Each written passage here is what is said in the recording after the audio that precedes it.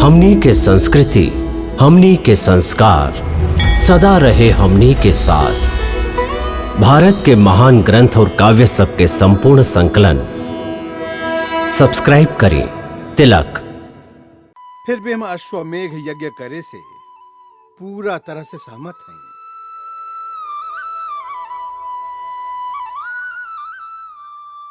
ऐसे रघुकुल के यश पताका चारों दिशा में लहराई और जैसन आर्य सुमंत कहले प्रजा के अंदर भी स्फूर्ति और उल्लास के लहर फैल जाई।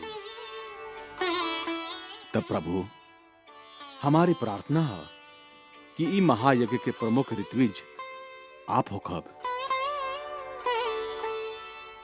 मुनिवर, आप शास्त्र के नियम के अनुसार हमारे यज्ञ कराएं। आप हमारे गुरु और परम महान हैं। ई यज्ञ के भार के आप ही वहन कर सकेले।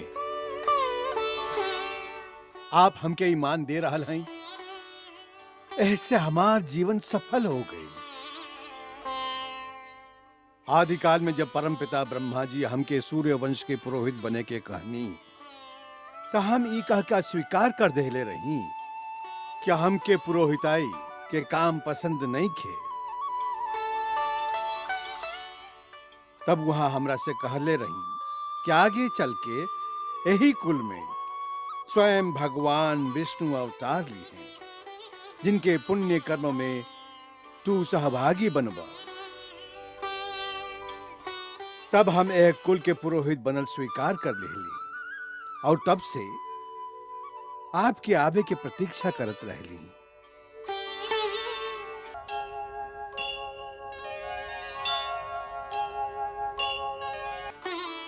आज आप ही महान पुण्य कारक यज्ञ में हमके ऋत्विज के काम सौंप के जैसे हमार हजारों बरिस के प्रतीक्षा के ऐसा फल हमके प्रदान कर देली जे हमके कई जन्म के तपस्या से भी प्राप्त ना हो सकत रहे। हम यह यज्ञ के पूरा उत्तरदायित्व लेते हैं।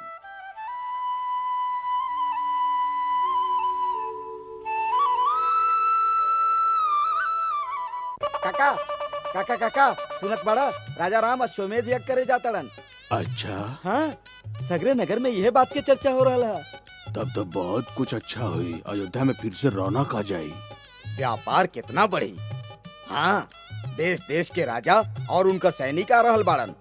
राजमार्ग और नगर के गलियन में ऐसन रेलम पेल छाई भैया, अयोध्या में तक खना खन धन बरसी। जब से सीता रानी एहवा से गईल हई, नगरी तो जैसे श्रीहीन हो गईल है। हाँ, अब कुछ चहल पहल होई। अरे रानी भी तो नया आ गई है। काहे काका? अरे तो इतना बड़ा यज्ञ राजा राम का पत्नी के बिना ही करी है।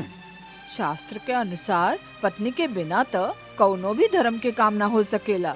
ऐसे यदि यज्ञ के अनुष्ठान कैले बाड़न तो ब्याह के योजना भी जरूर बना लेले हुई है। हम लोगों के महाराज राम के आगे था सगरे संसार माथा झुकावेला। जौना देश के राजकुमारी अच्छा लगी वह राजा अपन अहोभाग्य समझिए। हाँ, हम तो सुन रहे हैं कि काशी के राजकुमारी बहुत सुंदर है और वो बहुत भाग्यशाली भी है। और काशी के महाराज था स्वर्गवासी महाराज दशरथ के मित्र भी बाणन। तू देख लियो वह नाता होई। अरे भैया, हम एक बात पूछा था, का महारानी सीता के वापस ना लावल जा सकेला? भाई, उस समय जे भी भइल सचमुच बहुत अन्याय भइल। हो सकेला अन्याय ही भइल हो, बाकी ओह समय वो अन्याय के विरुद्ध केहू ना बोलल और जब ओह समय कुछ ना बोलल तब बात करे से का फायदा। काहे कि यदि वो अन्याय रहे तो आज भी वो अन्याय के बदलल जा सकेला। बदल के का करी है? रानी सीता जीवित ही कहाँ हुई हैं? यदि कहीं होगती तो अब तक कोनो समाचार तो मिलल रही। कुछ भी कहा भैया, हमके तो कबो कबो ई लागेला कि एगो सती स्त्री के संगे जे अन्याय भइल बा ओह पाप के भागीदार अयोध्या के सगरी प्रजा भी बा। हम तो कहत हई यह मौका बा जब हम लोगन के राजा पर जोर देवे के चाहिए कि यदि सीता निर्दोष बाड़ी तो उनका यज्ञ खातिर वापस बुलावल जाए। ना तो समझला भैया, ए पाप खातिर हम लोगन के नरक भोगे के पड़ी। भैया, जब नरक भोगे के होई भोग ले। अब भाई तो महाराज राम के बियाह के तैयारी करा। यज्ञ के रौनक तो होबे करी, बाकी एकरा से पहले बियाह के जो धूम मची ओकर आनंद स्वर्ग के आनंद से भी बढ़ के होई। भाई हम तो महाराज राम के बारात में जाए के पूरा तैयारी कर ली हैं। का सगरी प्रजा राम के ब्याह खातिर उत्सुक बा। केहू सीता के बात ना करता। इस सुंदर अवसर बा जब महारानी सीता के आदर सहित बुला लिहल जाए।